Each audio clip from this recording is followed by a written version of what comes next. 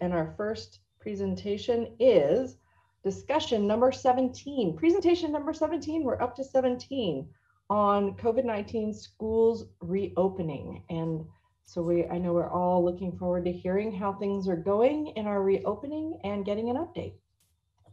Great, thank you so much.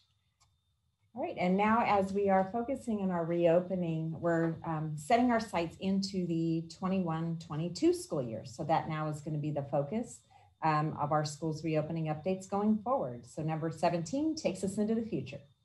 And so tonight we have with us in this presentation, Maria Lubomirsky, Assistant Principal at Whitehill, Eric Sable, our Director of Student Services, Julia Wolcott, Director of C&I, and myself, Superintendent. Alrighty, and Marin remains in the orange tier. Over the last couple of weeks, we have teetered into the yellow tier, but we just haven't been able to solidly get into that tier or the level 1 or the minimal tier. But we keep trying. And so we're gonna just hope that soon Marin County will join San Francisco and be able to go into tier 1. We're still monitoring the Marin County Schools dashboard, which provides information related to all schools, public and private, independent schools in Marin County. And this was the last updated on May 7th.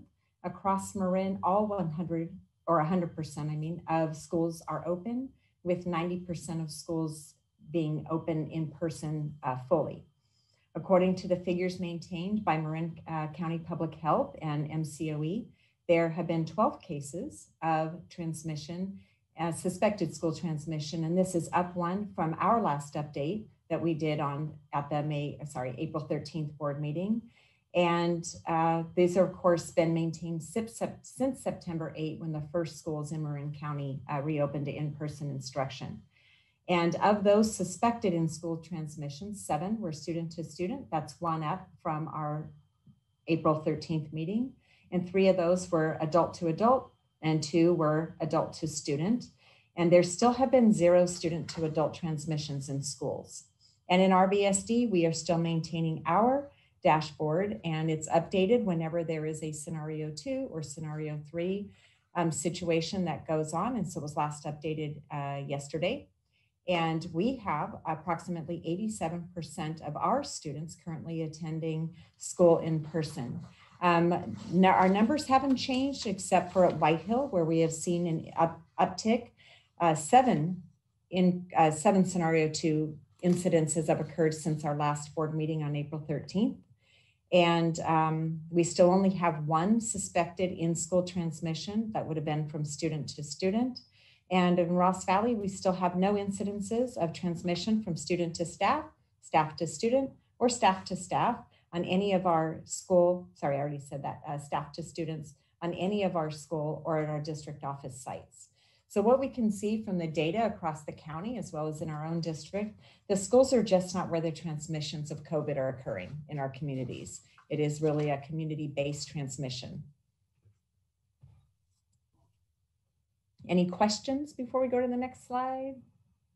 All good. Okay, great. And Julia is going to take it from here. All right. Good evening, everyone. So I wanted to share with all of you an article that we have been reading and rereading, and it's kind of helping us to set the direction as we move forward in Ross Valley into our summer school planning that you'll learn about later this evening and into opening next year. And this is from Linda Darling Hammond, who is the California State Board of Education president and also the president of the Learning Policy Institute, and basically an all-around education superhero. She is quite a thinker and someone that that really helps in terms of setting the pace and setting the tone. And I like this image that I included here because the conversation that we are having is about accelerating instruction. And what is meant by accelerating instruction is really helping students who have experienced some unfinished learning to catch up and to enter into their grade level, meeting grade level standards, but helping to give them kind of that boost, and also giving a boost to any child moving forward. And there's a recognition in this image that accelerating learning can look like speeding up. It can also look like slowing down or changing directions, depending on what it is that you're teaching and who the kid is and what it is that they need. So these are some points from the article that we read as an administrative team. We shared this with Superintendent's Council. Many of our staffs have taken a look at this article as well.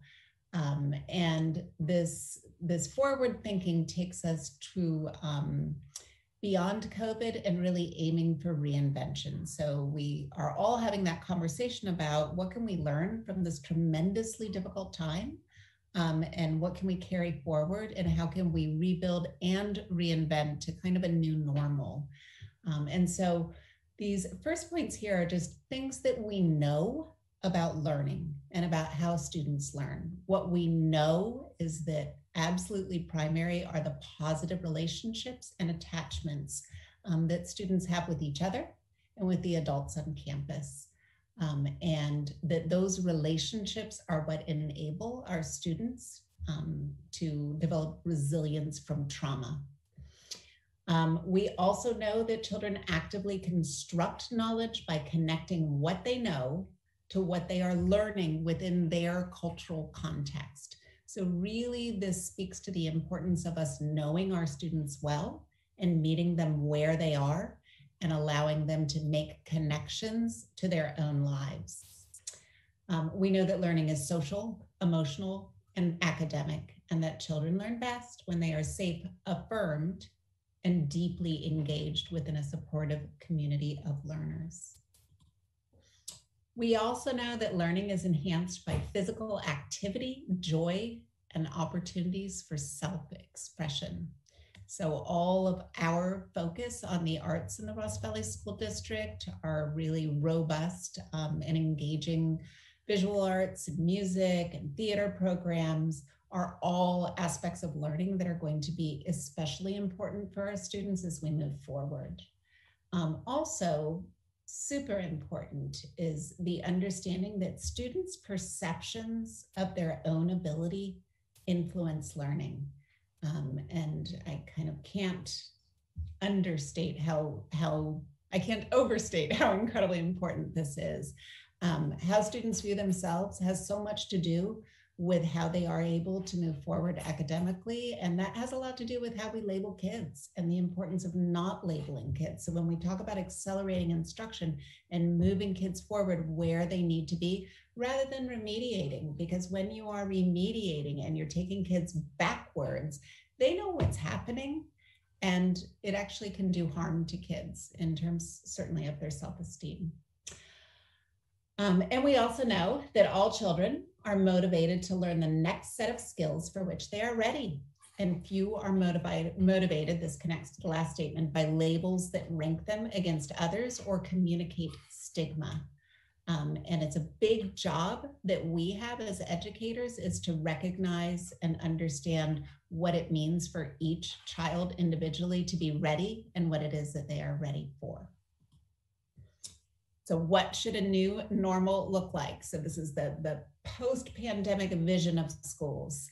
And it very much relates to the last couple of slides, that we know we want our students to experience warm relationships, social emotional supports. We need to redesign our schools so that they are relationship oriented, relationship centered, with time for creating community and trust and belonging among students and families.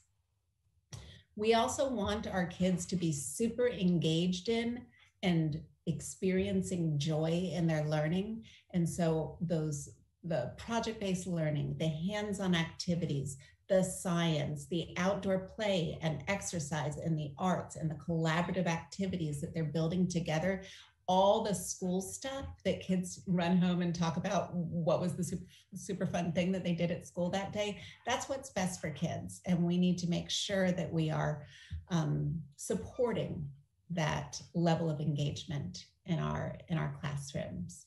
And then finally, we need to encounter authentic, culturally responsive learning tasks and inquiry projects that are connected to their experiences, that allow them to understand and positively impact their environment. Again, that's just speaking to knowing who your kids are and where they're coming from and meeting them where they are.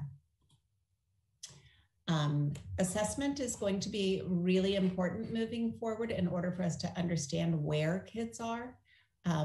And recently I heard John Hattie, who's another big educational thinker, talking about assessment as a process of discovery. And that's really the process that we as a staff are going to need to engage in, right? This discovery of where are our kids and how can we help just give them that nudge forward to that next step of where they need to go.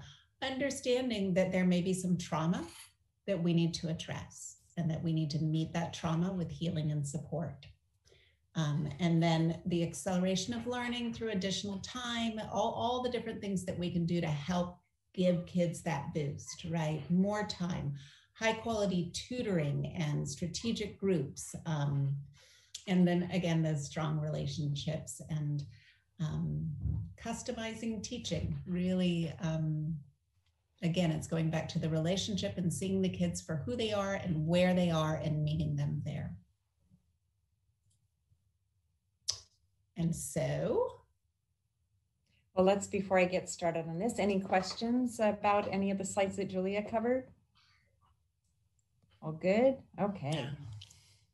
And all of what Julia covered and what we're focusing on tonight is going into the 21-22 school year. And so we are going to be returning to full school days, 5 days per week. And of course, we will need to consider and plan for whatever state and county requirements and or guidelines will be in place next year. What we're hearing right now is that there will still be an expectation for face coverings as well as some amount of distancing, but by August that could fully change. So whatever comes into play, we will be adapting or folding it into our planning. And Marcy, may I just ask a quick question? Absolutely. Are you getting any inquiries whatsoever from the community at all as to whether there's any question as to whether we're going to be fully open in 21-22? Just people are wondering if they haven't heard or they didn't, when the previous emails have gone out around our planning for, because I think this is probably the 6th board update that we've done where we've talked about a full reopening for next year. Right. And so there's a couple of questions that are coming up. The principals are addressing them at their sites, and or I just respond in the emails, and let folks know that yes, it's a full return next school year. I've talked to a couple of parents. So so I think everybody is hearing that. And as new students are registering into our schools, or maybe students who've left us are re-registering to attend next year, the administrative assistants at the school sites are covering it there. And it's on our registration page. It's on our website as well. So we'll just keep getting the word out and making sure that all of our families know full return. Woohoo! Yeah, I've noticed a downtick in those types of questions. I just wanted to inquire as to whether you had seen the same trend. Yeah, absolutely. Okay, thank you. Yeah. And so moving on into planning for next school year is we know that there will be some new one-time fund revenues, and that we are using what we know about them to determine the academic and social emotional supports needed for our students and determining the allocation of these one-time funds. So here on the screen, this slide shows the different areas where the money's coming in. So there's ESSER, there is still learning loss mitigation, and ELO, or extended learning opportunities. And as you can see, that's a nice, hefty amount of money. Now, the only aspect of it is that it is one-time money. And so we need to look to maximize and extend their use as long as possible, while at the same time, not obligating ourselves to any ongoing programs that we develop or implement with these funds that will cause or exacerbate any of our deficit spending into the future. So we are being very strategic as to how we are approaching the use of these funds and trying to ensure that we're finding the most effective actions to best meet all of our students' needs, each and every one of our students. So the one area that's highlighted in blue here, the ELO, or extending learning opportunity, that particular pot right there does require a board-approved plan and also stakeholder input. So we have been gathering stakeholder input, and we will continue to do so. Our next groups that we'll be focusing on are our staff at large, as well as our parents at large. And we have done a lot of brainstorming and really utilizing that article that Julia, those slides that Julia went through, to help us look at what the specific needs of our students might be and how we can use the funds. And we know right off the top that where it says paraeducator there under the blue section, that right off the top is a requirement of use of the funds is that 10% must be used for paraeducators. So in our district, when we take 10% of the total, that amount comes out to 114,000. And there's a specific education code which requires what a paraeducator would do and would be required to serve in our classrooms or in our schools to serve the students. So they're serving as a paraeducator, a teacher support to support the students in the class. And go ahead. Marcy, does this mean that there's a certain component that is considered or classified as restricted funds? It would, yes, yeah, within that. So we automatically take out that 10% of the total funding for ELO. We set it aside and we know that's how we must use it. And then the balance of the ELO funds is where then we can start to utilize and plan for implementing those dollars. Is the paraeducator funding a minimum? Like, could you spend more than that on paraeducators if you wanted to? Yeah, okay. that is the minimum. Okay, yeah. Thanks. And so what we know across the whole entire state is going to be finding paraeducators. And so we are in a teacher shortage. Paraeducators are of the classified service. They don't require a credential. And so when we're looking to add more aides onto our school campuses, we just hope that even we can fill 114,000 worth of those positions. But we know it's use it or lose it. So we're going to do our very best to make sure that we don't leave any of these dollars unspent. Now, as we also know here, as you can see over on the right-hand side of the table, is there's a deadline to spend them.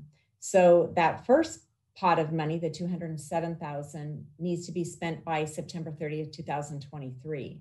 And then there is the ESSER, secondary emergency relief funds. And there's a second pot of money, the 382.5. It needs to be spent by September of 24. So as we see, as you go down this list, some of the money, the ELO funds, for example, must be expended by the beginning of the 22-23 school year. And so for us, what we know is that we're looking at not spending all of our dollars in the first or second year, but making them last.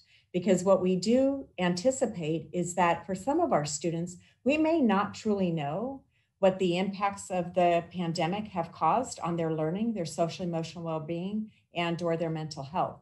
And so for us, we want to stretch them as long as possible without leaving any dime, any penny left spent by the end of whatever that deadline is. And so with any questions more about that? Okay, so with the ELO, so go ahead, Julie. There are 7 supplemental instruction and support strategies. And so kind of we'll just, we've listed them here for you to see the entire language related to each of the 7 support strategies. But just to pick out, we need to extend instructional learning time. So one of the ways that we're looking at doing that is by extending or operating summer school. It's been a very long time since summer school, except for our extended school year for special education students, but for our general education students or those special ed students who don't have ESY, extended school year, written into their IEPs, offering a summer school program. But there could be intercessional, for example. Intercession would be during a break, like midwinter break, winter break, those kinds of things. And then on to the next slide, number 2, the second strategy is accelerating progress. So how do we accelerate to close those learning gaps? And so here's some listed in the subset of A, B, and C: tutoring or one-on-one or small group learning supports, learning recovery programs and materials, educator training for both certificated and classified staff. So the approach with these 7 strategies are not solely focused just on the students, but they're also focused on the staff, the teachers, faculty, as well as families, to ensure that the whole families are supported in their students, their children's best approach and best doing well in school. And the third strategy is that we would look at integrated student supports to address other barriers to learning, like health, counseling or mental health services, and programs to address student trauma and social emotional learning, and also possible referrals for any support for family or any student needs. 4 and 5 are relatively not applicable to Ross Valley. Strategy number 4 has to do with learning hubs, but because we'll be operating a full school day for 5 school days next year, this won't be applicable to us. And then number 5 is credit recovery. And based on how our school system works here in Ross Valley, we don't have any 8th graders in danger of not moving on to high school, but of course, supporting them with our summer school program will definitely help any students who are may not be doing well. But it's really about credit recovery. So it's really ensuring that students who may be in danger of not graduating, for example, from high school, would utilize number 5 as credit recovery options. So number 6, we want to ensure additional academic services for diagnostic, progress monitoring, and benchmark assessments. Number 7, the last one, is training for school staff on strategies, including trauma-informed practices. And you may remember from our previous board meetings this year where we talked about our staff development days, professional development days, that trauma-informed practices was something that we've already been working on and implementing in our schools to support our students. But we want to be sure that we're engaging students and families in addressing their students' social, emotional, health, and academic needs. Marcy, quick question. Yep. Do you know if number 3 includes paying for things like health screenings? And you had mentioned like we might not know what the impacts of COVID are for a while. Can you pay for health, other kinds of diagnostics and screenings under number 3 that aren't academic related? Do you know? That would definitely be related, and that's where we would join in with community partnerships in order to have students referred to any supports that they might need, because their health is critical. If they can't see, right, and then they can't read. It's very difficult to learn. And if their mouth is hurting them because they have dental needs, then we need to be sure that we're getting them those supports. With the pandemic, for some of our families, there may very well be, if their families have lost income, they may not have been able to continue on with the services that they would normally do for their kids to make sure they're healthy. So yes, it's a comprehensive approach to the whole child is beautiful. And it's the absolute beautiful part about this additional funding. It is absolutely the biggest influx of dollars that we probably have ever seen into education. It is just sad that it is short-lived and short-term. In terms of California, we know that our schools are not funded at the high levels that other states are funded. But for right now, we'll take it. We're not going to turn down any possible supports that we might be able to give to our students. Our goal with everything that we're doing in planning for utilization of the funds, as well as moving into next school year, is beyond the funding. So how do we ensure that anything and everything that we put into place, we have set the stage for future years? And so how do we ensure that our teachers, our classified employees, our administrators, our families, our students are all set up for success so that they have those tools in their repertoire, in their backpacks, that they can pull out and utilize long after any of the one-time dollars are gone. And this is absolutely our opportunity to, as much as people talk about getting back to normal, there is no back to normal. We are going into the future, and we're still reimagining what our schools will look like and how to best serve all of our students. So just like this has been a year and a half of reimagining schools, we're not finished yet. We're still going to be building that airplane while we're flying it, and really looking at putting in place and looking at the data and reviewing and analyzing what we do, why we do it, and is it effective? Is it really best meeting our kids, and making adjustments along the way. So it's a real fantastic time. Actually, it's very energizing to be in education and to see about supporting all of our kids and families and staff along the way. So the next slide shows some of the brainstorming that we've been able to do already for the use of the ELO funds. And you'll just see some of the themes throughout. Now, one of the questions like that Wesley asked earlier was, what about other funding? You know, there's a lot of other pots of money.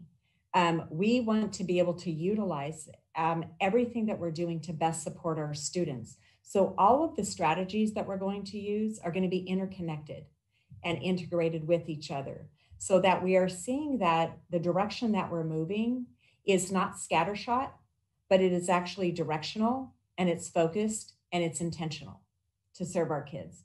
So some of the things that, you know, for example, here's paraeducators, 10%. That just comes right off the top. And so that is the academic support in the staff category. Acceleration and instructional coaches, intervention teachers. So what we're also wanting to look at is our multi-tier system of support to be able to support all of the students. That's an academic, social, emotional, mental health approach to the whole child. And so where we have our acceleration instructional coaches, those are new positions that we'll have in place. They will be teachers on special assignment, otherwise known as, you know, in education, we have a lot of acronyms, TOSAs, teacher on special assignment. And they will go in and they will support and help with strategies to use to support the students. Intervention teachers. So when the teachers have done what they can in their classrooms to support kids, then the students to have additional intervention supports. We need to increase our English learner support. Right now we have part-time EL teachers, and we're looking to increase their time to serve our English learners. And at White Hill, looking at co-teaching. So part of that coaching or instructional support model is where teachers would actually be co-teaching. Guest support teachers, these are our substitutes and how they can support and work in the classrooms to ensure that when our teachers need to be out of the classrooms to support each other, and or they may need release time to work with each other and help with any strategies used, to utilize guest support teachers, which are substitutes in there. And along the lines of serving our special education students would be that same coaching model. So special education coach, a number of years ago, for those of you who've been in the district a while, you may remember that in addition to our director of student services, we had a coordinator to really get in and support what might be needed with strategies and those kinds of things at the site in the classroom level. And then PD, professional development, accelerated learning strategies. So some of these notion, we've, you know, for many years in education been focused on remediation. Well, now our focus is on acceleration, and it does look different. It's not the same as remediation. So we do need to provide professional development to support our teachers with that. And then academic support and time. So our summer learning program as school day extension to support students through small group or high impact tutoring.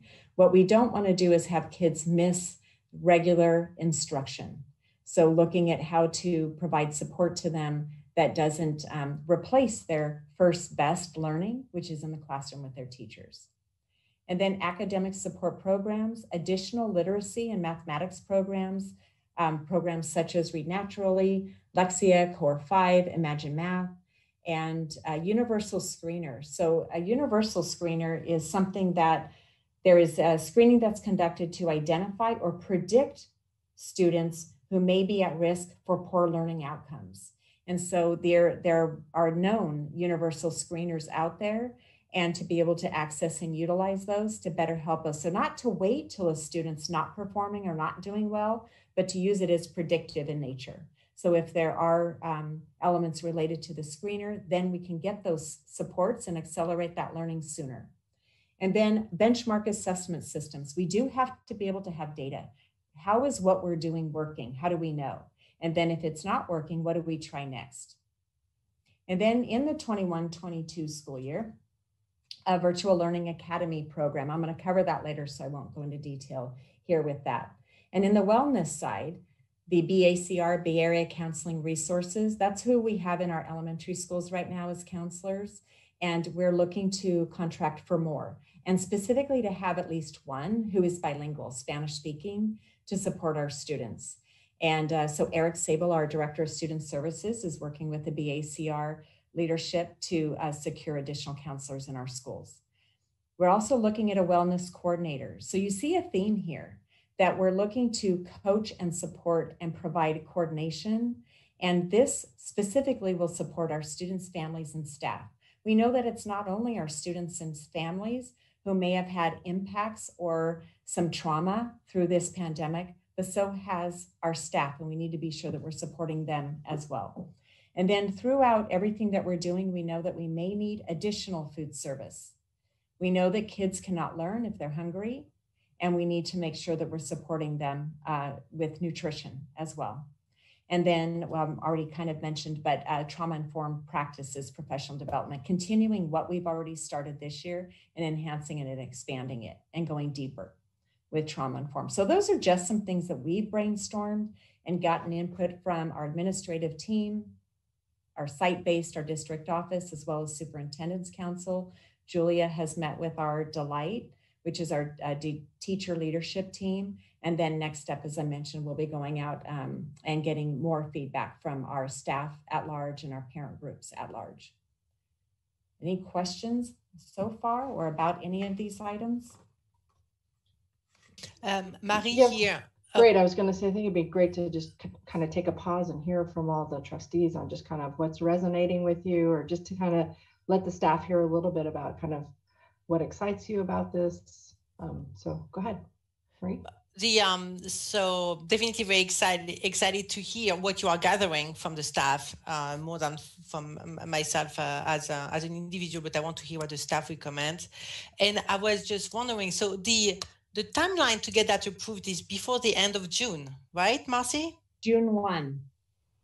This is June 1st. June 1 is, yes. We agree, it's tomorrow. So can you tell us a little bit more, in my head, can you tell us a little bit more about how you are going to gather the feedback from the staff between now and June 1st? I'm just thinking, it just goes so fast right now. Yeah, absolutely. So what we're going to be doing is Julia and I are going to take these slides that we've just gone through. Yeah. We're going to record ourselves presenting them. And then we are going to send that out with a link to the recording, and then do basically a Padlet where folks can add ideas and add comments and those kinds of things that they might have. So that will get pushed out. So that way a parent, a guardian, a staff member can view this at their own leisure. We'll just have a due date by the time that we need all of their input for consideration back. But we figure with everything going on, that's probably the most efficient way to be able to have the most amount of folks be able to participate. Then, for example, if we did just a meeting where you would have to be on at that particular time. A lot of other school districts are doing surveys and things, but what we wanted to also do is to be able to do a presentation to hopefully help people understand what these are all about and how they really are prescriptive and tied to, if we don't utilize the money and we put programs in place that aren't tied to any of those 7, or in our case, a total of 5 of those strategies, that will be an inappropriate use of the funding, and we won't be able to use it that way. And so we need to be sure that we're following the prescribed uses that are set forth for each of the pots, regardless of whether or not they're pots that require input or not. Okay. Yeah. And I believe some of the staff has also been involved in some of the meetings where this has been presented. Like oh, yes. Superintendent's Council and some of and those others. So some people, and Delight, so they've gotten at least that head start. Anyone else, Rachel or Ryan or Wesley, have any initial thoughts or questions? Yeah, Rachel? it's Rachel. I had a few thoughts, because I know that we were talking about the money and how it has to be spent by a certain time, and that it's one-time funding. And so we have to make sure we're not jumping into something we can't support later on when people are expecting services. And I like the look of a lot of this, because it looks like it's training, which people will take with them as teachers into the next years. And so like the training has that effect. I was a little curious about the universal screening and the benchmarking, because that's something new. I haven't heard about that before. And is that something that we've ever used before, or is this something completely new for us as a district? So we have local benchmark assessments that we use. We use the F&P for kindergarten through 5th grade to look at reading fluency levels. We also use something called SRI starting in 3rd grade, going through 8th, that again has to do with student reading levels. We have math benchmark assessments that are created for each grade level and one for each trimester that are common throughout the district. So that is a benchmark assessment system, but we're looking at the possibility of having something that's a little bit more formal and more targeted, really, for those key skills that we really know our kids are going to need to keep moving forward, and that will help us to identify where they need supports. Okay, thank you. Great. And Wesley, I think you had, did you have? No, that was me with my allergies. Okay. I also just wanted to say I really appreciate, I know that this is a one-time approach with funding, but as you mentioned, Marcy, about it really looking into a new normal, it feels like it's helping to do kind of a systems shift into that whole child multi-tiered system of support approach that I think will have a long-term shift of the entire systems shift, even when the money is gone. And so I really appreciate taking that approach and looking at it in that very strategic way of how to take this money and invest it to kind of turn the rudder of the large system ship in that direction of, social, emotional, and academic learning, so that learning is being seen as all three of those, not just one of those. And along those lines, you had mentioned the multi-tiered system of supports. I know that's something that we were thinking of building that framework for the future, and had mentioned something about some of the staffing in the category around academic support staff, maybe like the instructional coaches. Is some of the intention that while those staff positions are going to be doing kind of real-time support, they're also going to be starting to build out the MTSS system at the same time? They're absolutely part of it. And okay. So, we have components of MTSS. White Hill definitely has an MTSS system in place there.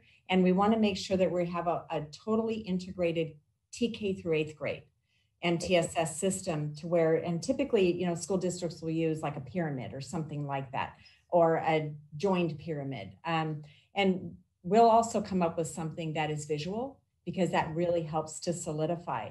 One of the things that I wanted to add related to any of the use of these one-time funds, some of these items here listed here, just as an example, intervention teachers or BACR counselors, more counseling staff.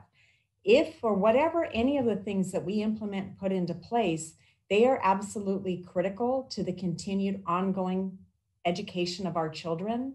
What we will have to do is then take a very critical look once the funding is gone to determine those elements are absolutely necessary in our Ross Valley schools. So as Jim Soretta, a former business manager, always used to say, you can have anything you want, you just can't have everything you want. So we'll be taking a close look at priorities and really determining, if these need to stay and we can't afford everything, then how do we prioritize and strategically determine what stays and what needs to go of what we have currently. So we are not looking at this approach as a one and done, one-time money and gone. It is really helping us to build this ship and to really look at the future of our Ross Valley schools and how all of our students are going to thrive and have a joyous learning experience. Thank you. Ryan, did you have anything else that you wanted to? No, I like joyous learning experience though. Great. Before we go on to the next slide, I did realize that what I wanted to say about, because I don't want to forget the VLA program, and I had actually meant to cover that on a previous slide. I thought it was coming up. But in 21-22, we are looking at potentially needing to still offer a virtual learning academy for any students or families who aren't ready to return to in-person learning. But what we know is that the legal authority for distance learning opportunities is going to expire on June 30th, 2001, unless action is taken by the legislature and Governor Gavin Newsom to extend them. But in the absence of extending what we know has been allowed this year in a distance learning model, we know that there is an independent study option. It's right now in education code, it is accessible. However, the way that it's supposed to look and be implemented right now looks very different than a virtual learning academy option. And so what we'll be looking at is monitoring how that progresses through and to see what any flexibilities there will be, so that, because as of right now, our independent study program is where a parent requests it, must be under education code no less than 5 days. They sign a contract, an agreement that the student will complete the work under the designated amount of minutes that a teacher prescribes that must be completed in the independent study. And then the student gets a packet of work and completes it and turns it back in, and then it gets signed off on. But that's independent study. It's not for the type of student who might need that additional support of a teacher to help them along the way, which is what VLA offers now for our students. The other thing that we know is the California School Boards Association, which represents board members from approximately 1,000 school districts. They're lobbying for schools to be able to continue to have the option of some kind of a distance learning program. Another thing that we know is what we're hearing in the news right now, with California facing another potentially big season of wildfires and hence the harmful air quality. And we don't know what next school year is going to look like. Maybe it will be the end of the drought, and maybe we'll have, unfortunately, a natural disaster such as a flood. What has been great about, only one thing great about the COVID pandemic has been that we have been able to shift to remote types of learning experiences in which we have learning continuity. We haven't had to close our schools. We've been able to continue the learning. So what really needs to happen at the state level is that we have a variety of approaches and options to offer our students and families, as well as to keep our schools open. Because what the state has been saying prior to COVID closure is that when we had PSPSs and or the fires, is that we have been able to submit a waiver if we had to close our schools for 1 or 2 days, and the state would then grant us the opportunity to be funded. The state is saying no more. They're phasing out those waivers. So we don't know if we have to figure out a way to keep our schools operating in the face of a closure, whether it's an outbreak of COVID-19, it's a PSPS, it's air quality, whatever it could be. We need to figure out ways to keep our schools going. And so with that, we also need to be supported. So I wouldn't be surprised if we do start to see some shifts and changes in the independent study laws around that. But that's what we'll be looking for. And as we get a little bit more of a sense that our enrollment for next year is a little bit more stabilized, we'll be surveying our families to see if any of them do need a VLA option into next school year. And so we'll be working on to figure out a way in whatever the rules are around being able to operate it to provide the most robust system for the kids who must be in VLA. So that's what we're looking at too, which means that we would need to have additional funding in order to have teachers, for example, or supports for the kids in VLA. So that's why we do have it listed here as a potential use of the ELO funds. Alrighty, so I think I've covered everything, and this takes us into the next section, which we're already starting to plan for summer. We can't wait until June 1st to see of our approved use. We have to start planning now. So Matt and Maria, our principal and assistant principal at White Hill, are our summer school K-8 principals, and they're working fast and furiously, collaborating with other administrators and teachers to design the program. And Maria's here with us tonight, White Hill's assistant principal, to talk about the planning so far. Thanks, Maria. Yeah, thank you. We are calling it the RVSD Summer Climb Program. Very excited about that. A logo coming soon. We obviously just took it right off the RVSD site, the climb part.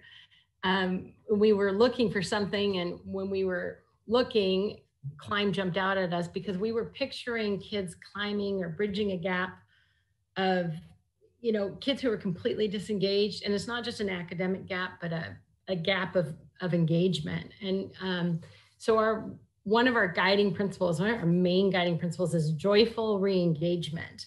Because really, if you think about these kids were prioritizing to go to summer school, to the Climb program, are the kids who have not, they've been completely disengaged this year. And returning to full school next year will be a challenge. I mean, they haven't been there. So one of our main goals is getting kids emotionally ready to be present in the fall.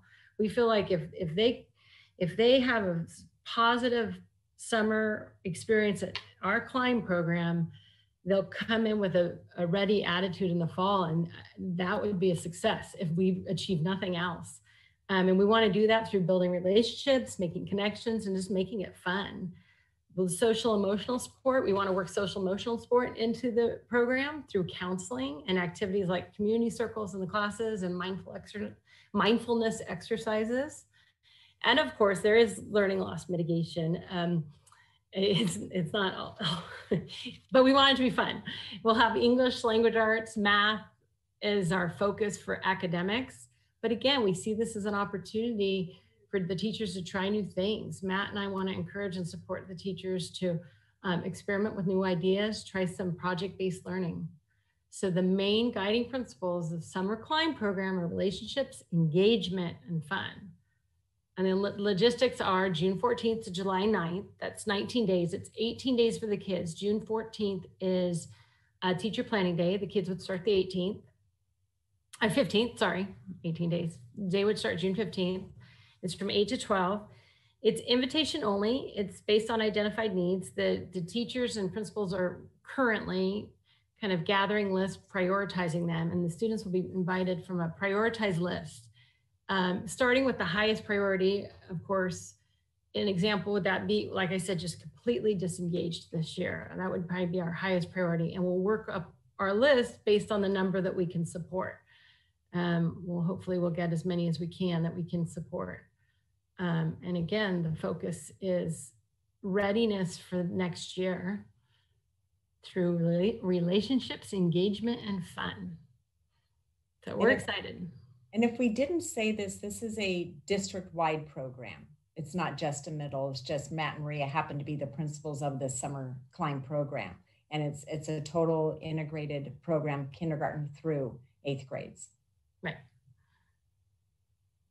Any questions on the initial planning of Summer Climb? This looks awesome. Thank you all for putting so much great thought and heart and soul into this. It shows. Marie here, that looks very joyful. This is, I think that's the point.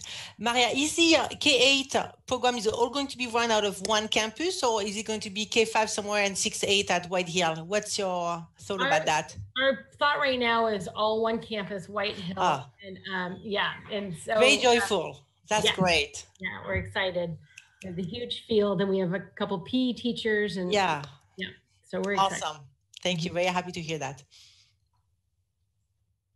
I think it'll also be a great experience for the younger kids to be on that campus as a place and get to see it and experience it. So that's also really very exciting. Yeah, absolutely. And also to have the kids together, because we know that when older kids have the opportunity to make friends with, take care of younger kids, it helps boost them as well and gives them that sense of knowing that they're caring for and helping another individual succeed.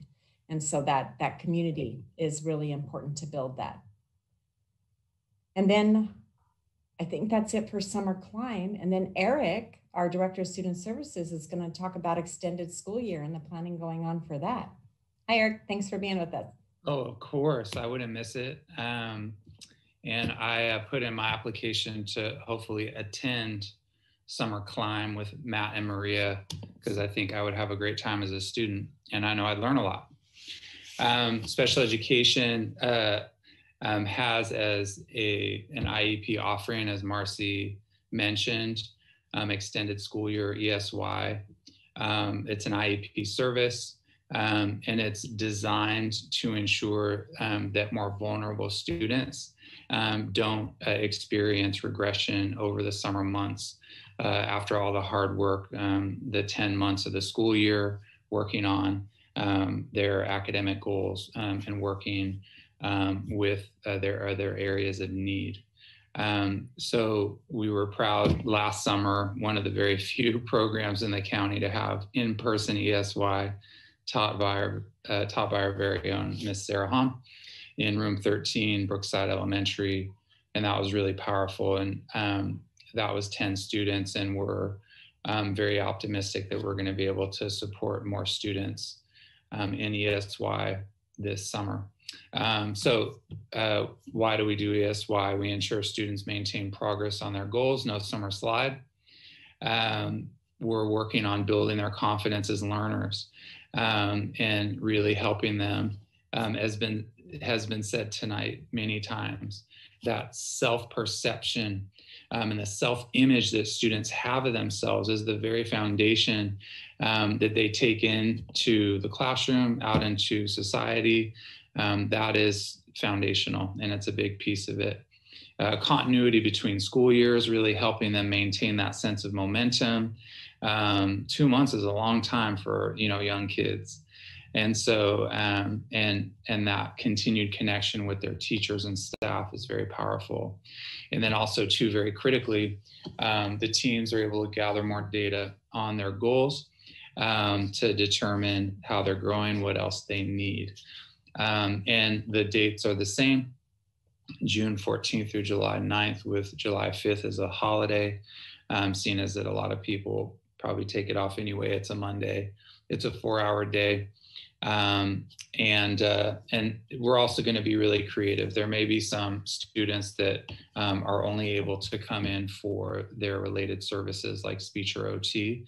And we're going to do everything we can to get as much contact with our special ed students as we can over these 4 weeks this summer. So we're really proud of this program, an incredible staff that's worked harder than ever all year, who are super fired up to come and, have this summer experience. So I'm feeling very grateful for that.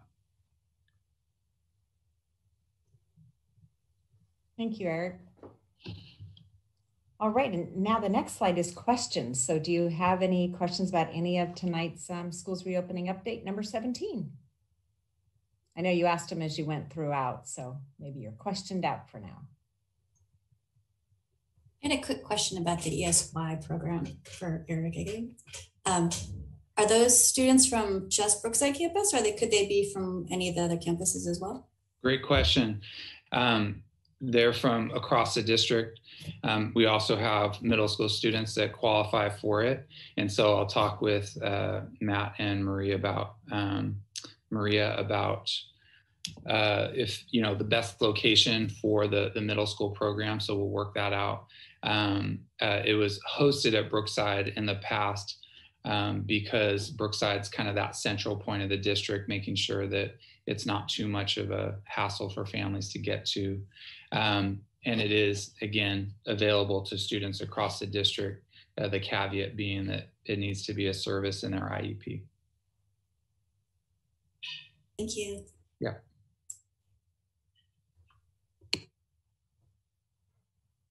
All right.